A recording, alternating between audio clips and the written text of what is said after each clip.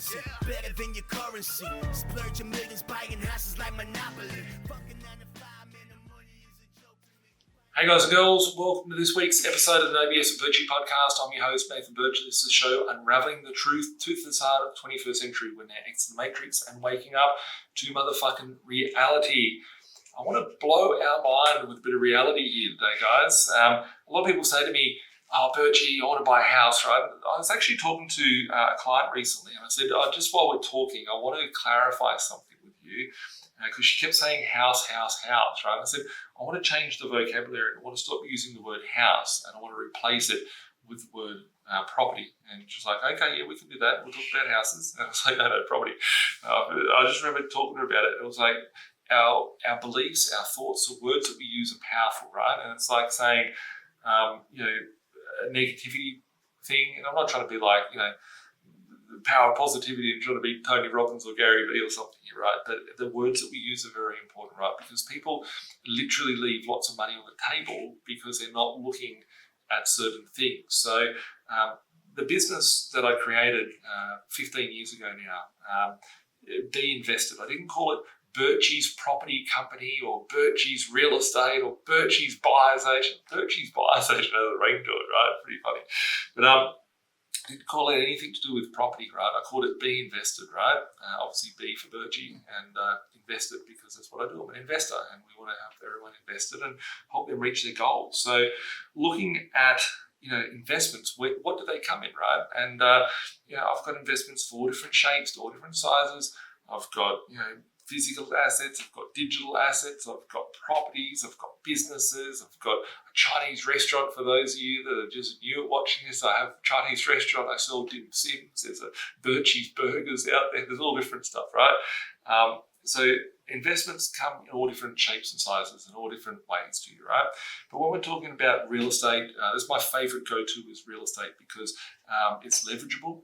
Everybody needs some sort of property to live in, conduct business, etc. I buy houses, units, townhouses, villas, shops, shopping centres, motels, farmland, all different things, development sites, land holdings, whatever it is, I'll look at it, right? The numbers have to stack up. If the numbers don't stack up, well, then I don't touch it, right? So when I first started, I'll tell you a bit of a tale around this, right? I bought my first today we're going to talk about houses versus units, if you haven't already discovered from A, the heading of this, and B, what I'm talking about, right? But I think a lot of people talk about, I want to buy a house, what house should I invest in, etc. But when they're talking about a house, they're going, well, units don't go up, or this or that, or the next thing. And I want to relate over, I've talked about this beforehand in the past, but I want to dive into it again because it's important, right? A lot of people think, okay, the units don't go up in value, they don't do this, they don't do that, they don't do the next thing. And houses do, right? There's pros and cons to both of them. I only bought houses. I bought houses up until I bought about 7, right? And I remember going to the bank and I asked for money and the bank said, well, we can't give you any more. And it was a house that I was trying to buy for $220,000 and this house for 220 grand rented for like $200 a week, $220 a week, something like that. Bank said no. And then I was like, oh shit, I'm all upset and stuff, whatever. And I went and found a unit or a townhouse and I was, this thing looks good. Maybe I can buy something for $130,000. So I bought a property for $130,000. It was in Western Sydney. It was a townhouse. And when I went to the bank and I said, hey, can I buy this thing? They said, yep, that's fine. You can get the loan approved, right? So it was like 130 grand, renting for 180, $200 a week, something like that. Then I found another one in the same complex and I went to buy it and the bank said, yeah, you can buy it, right? I was like, hang on a second. You told me I couldn't get a loan for 220 grand, but how come you just gave me a loan for 130 and 140, so 270 grand? This is a bit odd, right? And the bank person said, well, the thing is now is that you've got 2 sets of rents. You're not at $220 a week or $200 a week. You're now at $350, $400 a week. And it was at that point a penny dropped to me. And it was like, this is not a property game. It's not what I want as a property. It's what the bank wants to give me the finance. So the whole property game, in my view, is a finance game, right? And the finance game is you need to keep the banks happy and they'll keep giving you money. The aim of the game for any investor should be creating net wealth and cash flow. So with their net worth position increasing, if you had the market that could double from 1 million, let's say it doubled tomorrow, and you had $1 million worth of house and went from 1 million to 2 million, or you had 5 million worth of units and they doubled from 5 million to 10 million, what would you rather have? 1 mil turning to 2 or 5 turning to 10? So it's a game plan you need to get right. A lot of this stuff sort of breaks down into some of the other things that I've talked about in the past about should you buy, one small house or five smaller ones or one bigger place as well. But when we break it down into units and townhouses and villas and houses and all that sort of stuff, there was a point in my portfolio where I had 100% houses, right? And then I got stuck. And then I got to the point where I was like, shit, I've got about 70% strata properties, so units, townhouses and villas. And then I look at my portfolio today and it's probably, maybe 20% commercial properties, and then maybe 25% of it would be townhouses, units and villas, and maybe like 15% as houses, and then another part is land banking. And it's a mixture of different types of assets in my portfolio. And some properties I buy for cash flow, some I buy for equity, some I buy for growth, some I buy for speculation. And looking at it, I'm actually not a big fan of houses. I'd rather have, if you're buying the place, the land for the property, I'd rather buy a duplex, a triplex, a block of units, etc. But the bank doesn't like you for having that, right? If you buy a block of units, you have to put down a 40% deposit. You have to, your liquidity is not, all there. So there is pros and cons of different assets, and it's a part of the strategy. You need to look at where are you at and what sort of asset do you need in your portfolio for the next step. So do houses go up more than units? Right? That's probably the first question. In my experience, units have probably outperformed houses, believe it or not. So there's a myth buster. Right? Second one is the return is better by buying a house because you don't have to pay strata levies like in a unit. But then when you go and look at a house versus a unit, what expenses do you have? So if we buy any property, we're going to have council rates, water rates, real estate fees, repairs and maintenance, vacancy, all that stuff. So let's just leave that aside, right? But the difference is when you're buying a unit or a townhouse or a villa, something with strata, you have to pay body corp or strata fees. And what can they be? They could be $1,000 a year, $2,000 a year, $3,000 a year, $4,000 a year, $5,000, $10,000 a year, right? They could be anything. And that's where people sit there and go, shit, these things are no good because rather than a house, you don't have to pay that. Well, let's just go back 2 steps, right? And think, okay, well, what does strata levies cover? Strata levies cover building insurance, repairs and maintenance, gutters, things that go wrong with the outside of the property. If you have a house, then you have another expense that you don't really look at. If you're not paying strata levies, which cover insurance, you have to pay yourself building insurance. So if you're paying $2,000 or $3,000 a year on strata levies, if you've got a house, insurance premiums are not going down in value, let me tell you that. If you've got a house, you're probably paying, $2,000 a year for building insurance, right? So yes, you save over here by not paying strata levies, but you're now paying building insurance. But what about when the tenant comes in and says, well, the fucking gutter fell off my house, right? It happens, right? So there you go. The piers have gone on my house, right? The driveway's gone. The gardens are gone, right? The external of the property needs to be painted, right? These things you have to pay for as an owner of a house. The owner of the strata, that's covered generally, 90% of the time, is covered under the body corporate. So, when you look at the long-term viability of both of them, for me, strata properties have worked out probably better than that for houses. If you're buying a house, the rental returns are normally atrocious. When you're buying a unit, you're getting a better return on it. What do I mean by that is that I was just thinking of another thing about land tax, but we'll get into that in a minute, right? Because that's where you really get fucked over. But if we look at a house, like let's say we've got a suburb, let's just use Mount Druitt, for example, right? It's been a fun spot of mine for over the years. You go buy a little shitty 5-row house out in the back of Mount Druitt, you're paying $800,000 for a little 5-row house, and it's going to rent for $450 a week, right? Doesn't work as a good investment, right? But you could go and buy a unit for $280,000 or $300,000 that rents for $300 a week, $350, $400 a week. So you could buy 2 or 3 of those properties and the income is significantly higher for buying the units versus the houses, right? And what does the bank look at from you? They're looking at your income and they're looking at your expenses. They're looking at your liabilities that you've got. How much debt do you have? How much income do you have in? Well, yeah, you've got the income from your job, but you can only scale your time at a certain level. But when you've got rental properties, you can scale it based on how many assets you've got. It's like fishing with a certain amount of rods in the ocean. Now, I had a little mental break just about 30 seconds ago where I thought about land tax, right? So when you're buying a property, being a house, or any property, you have to pay land tax if you have over a certain amount of figure, right? So if you look at Sydney, it's about $800,000 worth of land value. Queensland, I think it's about 500, 600 grand worth of land value. After you hit a certain threshold, you have to pay 1.5%, 2%, whatever, as land tax on that instance, right? So if you only have houses, right, and you have high land content, you might only have 2 or 3 houses and you've got to pay land tax of 1.6% of the land content. Let's say you've got 1 unit and there's 20 units in the complex. You are only entitled to paying the land tax based off 1/20th of that land's value. So the land tax threshold doesn't get hit as easy, so you're saving on taxes on that front.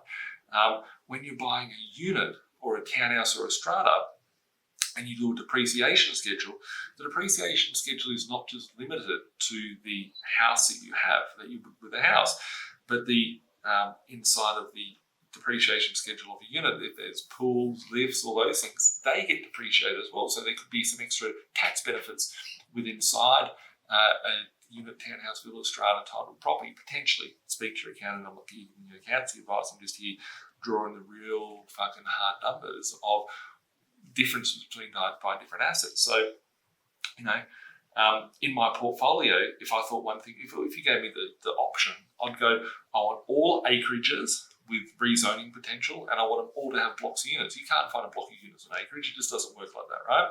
But it would be nice. You'd want it all. But reality is I've got to make the question and go, am I a developer, right? I've built one house before and I built it cash. It was just a little house that I built. And it's like, this is a pain in the ass, right? It's not my thing. I'm not a developer. I might be one day. I've actually got lots and lots of development sites. And if I choose to pull the pin, I might go and develop on those sites. But I have the option to do that. I have the potential to do that.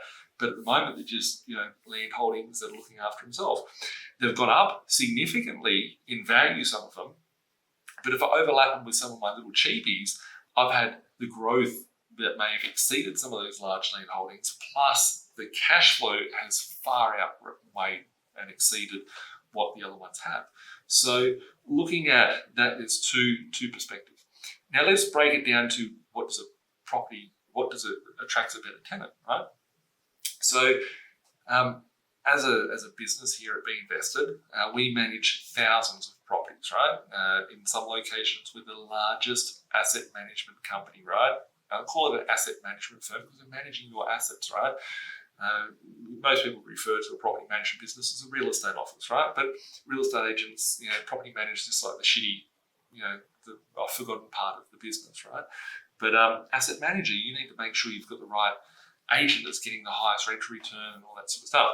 We manage thousands, right? I'm not going to sit here and tell you the size of my business by saying it, right? But let me tell you, I manage fucking thousands, right? And I've got the view of gobbling up the whole real estate space on this front in the future, right? It's just one of my goals, one of my passions, one of my hobbies, one of my businesses that I do, right?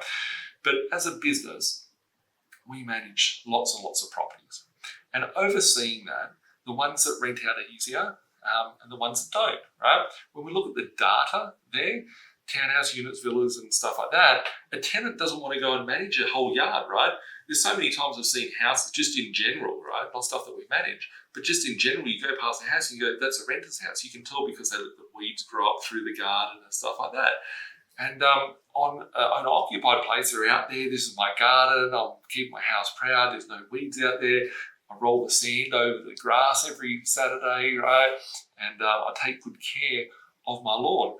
But in a rental property, so do you want to have 5 dump cars in your front yard? Like what sort of tenant are you attracting? What is the psychology behind the tenant? Is the tenant really wanting to rent a property? If they're like, I'm just a renter. I don't want to have the yard to maintain, etc., etc. So not all tenants want to have a yard to maintain. So less things to break, less things in an investment property, more attractive, bigger pool of tenants. Sometimes people say to me, Nathan, I'll buy properties at all different shapes and sizes, right? I'll buy anything down to, if someone said to me, here's a car space and it rents for $100 a week and you can have it for $5,000, I'll probably buy the car space. I don't own any car spaces, apart from stuff that's attached to buildings that I have. But they're an option out there, and I guess there's a market for that, right? It's not something I would ever want to invest into. You can't leverage it, can't scale it. You don't have, like the banks wouldn't give you loans for it, that sort of stuff. So it's more of a niche type of investment, and it's not, I'd want it given to me more so, right? But looking at what is the market, what is the outcome for what we're trying to achieve as an investor. First, you need to work out, what is this property going to achieve? Is it a cash flow deal? Is it an equity deal? Etc., etc. So, I'll buy anything if the numbers stack up. For me, the best numbers that stacked up for me is where I've got a good cash flow. I can below market value. Repairs and maintenance aren't too much, right? Like with a car space, you don't have to maintain much there. With a townhouse, you have the walls and a bit of a garden. With a house, you've got the garden, the pool, the fence, all that, right? How many fences I've replaced? You know how many gutters I've had to replace, right? I just did a renovation down in Western Sydney. I did a property, which is on my social media, where I renovated the whole thing. I did bathrooms, kitchens, all that. I spent about $40,000, right? And people are like, $40,000, that's good value, Birchy. And I'm like, no, hang on a second, right? I did 2 bathrooms, a kitchen, paint, tiling, re-roofed it, new doors, paint, and gutters, right? Out of that $40,000, $10,000 of that was on roof and gutters, right? Roof and gutters, right? $30,000 of it was 2 bathrooms, a kitchen, tiles, labour, curtains, all of that, right? So there's more things that can go wrong when you're holding a house. It's not to say it's a bad investment. I paid $234,000 for that thing. It's worth $1 million plus. People say, you can add a granny flat in the backyard, right? There's a whole new fucking story there, right? You add a granny flat in your property, what are you going to do? Spend $200,000? I'd rather spend $200,000 and buy another property, whether it be a house, unit, townhouse, villa, whatever the case may be. A duplex pair for that. I'd rather buy another property than overcapitalise and put a granny flat in the backyard of another one because you can't, it's not scalable. So you need to think about what your market wants, what your market needs, and the ability for someone else to come back and buy that thing in that market. So, I think about all that. I think about diversification, right? You can have 2 houses or 10 units. I'd rather have those 10 units that, invested in different markets. If you've got 2 houses, you've only got 2 hooks in the ocean to catch rent. If the rent goes up on those houses by $200 a week, great. But if you've got 10 units and you put the rent up $100 a week, well, you've got different of $1,000 a week rent increase, or 2 properties of 200, which is $400 a week rent increase. So you're sort of seeing the expansion happening there. So you need, as an investor, everyone needs to look at what does the bank require from me and what is the market looking like, right? And if it's not the bank for you as an investor, it's a bank for everybody else out there, because the bank is providing liquidity to the market. If there was no bank lending going on, you wouldn't have a property market. The market would crash tomorrow. People would need to get rid of the properties, whatever the case may be. So the only reason why this market exists, or any market exists, is that there's a financial infrastructure in place. And you need to understand the finance game that happens behind the scenes to be then able to go to the table and go, okay, now I know what I need to move to be able to excel on this chessboard and take home all the pieces. So, and I think, as an investor, people talk about, I want to have a simple portfolio. I want this property portfolio to help my life out, not to fuck me up and, cause more work, right? You don't see, like, some of the most painful days that I've had as a property investor have been going to my properties that are houses and having to paint them externally, repair fibro walls on the outside. When you're buying a townhouse, like generally they're built like, you buy an older school one, they're like built like a brick shit house. They're like a prison cell, right? All you have is like 4 walls, brick walls. There's not much they can do wrong with it, right? It's less maintenance, less problems, easy to find a tenant, more people wanting to buy there, to rent there, etc. People talk to me, I was about to say beforehand about one-bedroom units versus two-bedroom units, right? We're living in a world where inflation is soaring through the roof. People have got cost of living issues.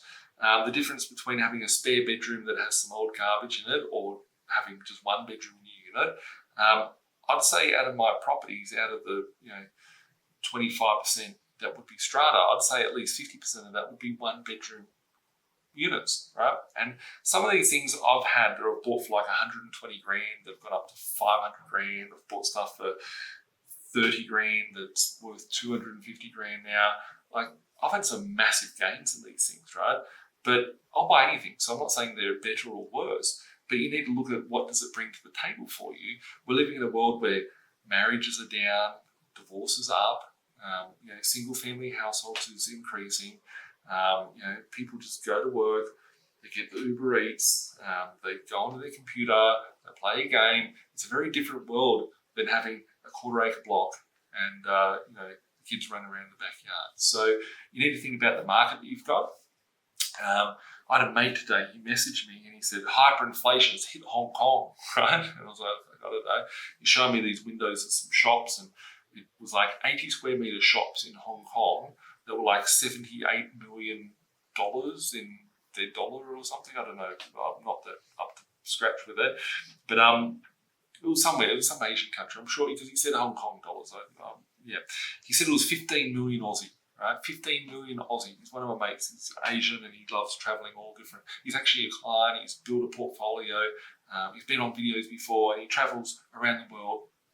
And he's just in this place, and he said it's like $15 million for an 80 square metre shop. And I said, hey, show me some other locations, like what do units sell for and stuff like that. If you think about like New York or whatever, like the prices over there, like you don't see someone in New York saying, hey, I deserve a house on a quarter-acre block or whatever the case may be.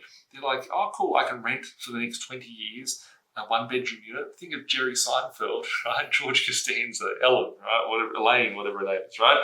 These guys were so happy they were able to rent a little one-bedroom unit with a kitchen in the lounge room, right? So changing those expectations, who's coming into the country, who's going to be able to afford these things, etc.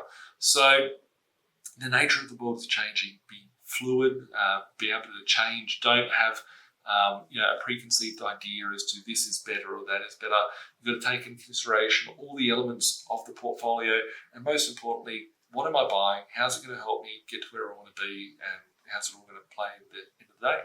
If you need help on building out that strategy or working out, I'm at a crossroads or getting started or whatever the case may be, you can hit us up, 1300 367 925. Email us, admin@B.Invested.com.au, or just keep listening to our podcast on Google Play, Apple Play, Spotify, and YouTube. Thanks a lot for listening. Have a great day. See you next Thursday. Like Bilal said, man, we stuck in the matrix. This my advice, don't care if you take it. The dollar back to die, soon to be hyperinflated. This my 2 cents, don't care if you save it. Join be decentralized and you will see. You've been lied to the whole time, and it's the irony.